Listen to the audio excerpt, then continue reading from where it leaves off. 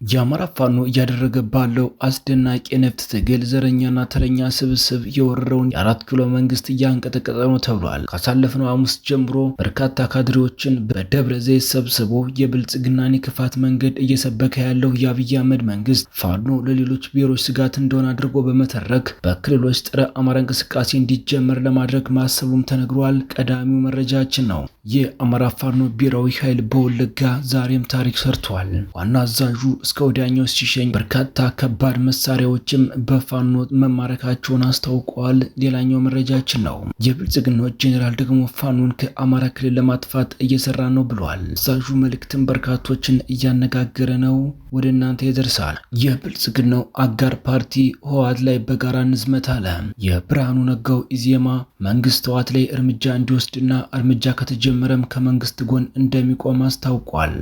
ከብልጽግና ጋር ያለው የልዩነት መስመር የማይታወቀው ዜማ ህወሓት ላይ መቀጣጫ የሆነ እርምጃ እንዲወሰድ መጠየቁም አነጋጋሪ ሆኗል። እስከ መጨረሻው ድረስ አብራችሁን ከቆያችሁ ወደ እናንተ ይደርሳል። ሰላም ጤና ይስጥልኝ። የተከበራችሁ እና የተወደዳችሁ በመላው ዓለም የምትገኙ የቻናላችን ቤተሰቦች እንደምን ቆያችሁን? ሁለት ሰዓቱ የደረሱን ሰበር መረጃዎች ይዘን ቀርበናል። እናንተም እስከ ፍጻሜያችን አብራችሁን ቆዩን።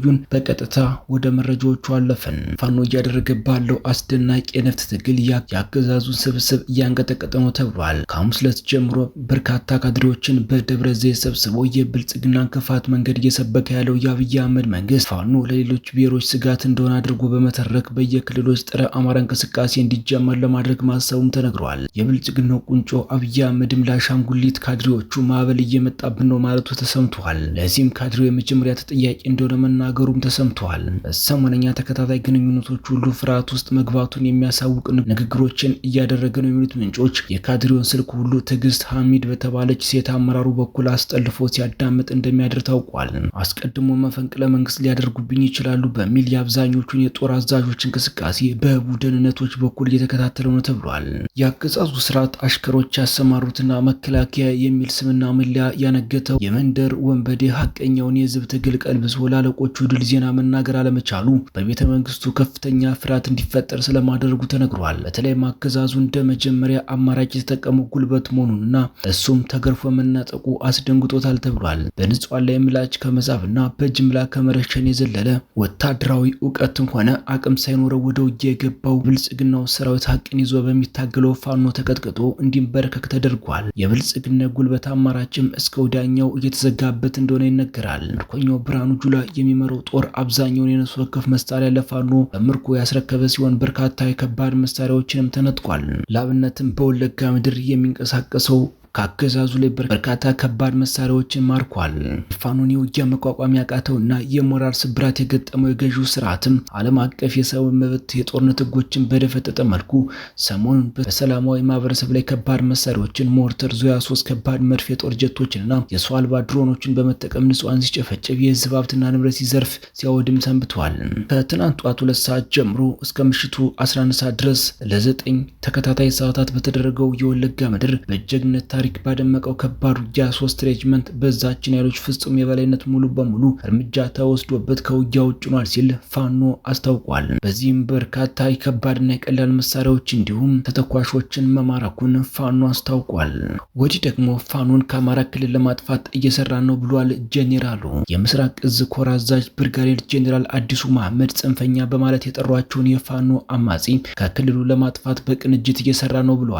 የሰራዊቱ አባላት ግዳጃቸውን በብቃት እየተወጡ ነው ያሉት ጄኔራሉ በቀጣይ በሚሰሩ ጉዳዮች ጠላት ያሉትን ኃይል መደምሰስ እንደሚያስፈልግም ገለጻ ሰጥተዋል። ጄኔራሉ አክለውን በቀጠናው የሚንቀሳቀሰው ጽንፈኛ ኃይል በማጽዳት አስተማማኝና ቀጣይነት ያለው ሰላም ለማረጋገጥ የክልሉ የጸጥታ ኃይል የህብረተሰብ ተሳትፎ ተጠናክሮ መቀጠል አለበት በማለት የተለመደ ዛቻቸውን አሰምተዋል። ኢዜማ ደግሞ ህወሓት ላይ በጋራ እንዝመት ብለዋል። የፕሮፌሰር ብርሃኑ ነጋው ኢዜማ መንግስት ህወሓት ላይ እርምጃ እንዲወስድና እርምጃ ከተጀመረም ከመንግስት ጎን እንደሚቆም አሳውቋል። ከብልጽግና ጋር ያለው የልዩነት መስመር የማይታወቀው ኢዜማ ህወሓት ላይ መቀጣጫ የሆነ እርምጃ እንዲወሰድ መጠየቁ አነጋጋሪ ሆኗል። የፓርቲው መሪ አቶ ኢዮብ መሳፍንት ከኤንቢሲ ቴሌቪዥን ጋር ባደረገው ቆይታ በምርጫው ማግስት ህወሓት ላይ እርምጃ መውሰድ እንዳለበት ጠይቀዋል። መንግስት ህወሓትን ለአንዴና ለመጨረሻ ጊዜ በቃ ሊለው ይገባል ያሉት የፓርቲው መሪ የትግራይን ህዝብ እንታደገው የሚል ንግግር አሰምተዋል።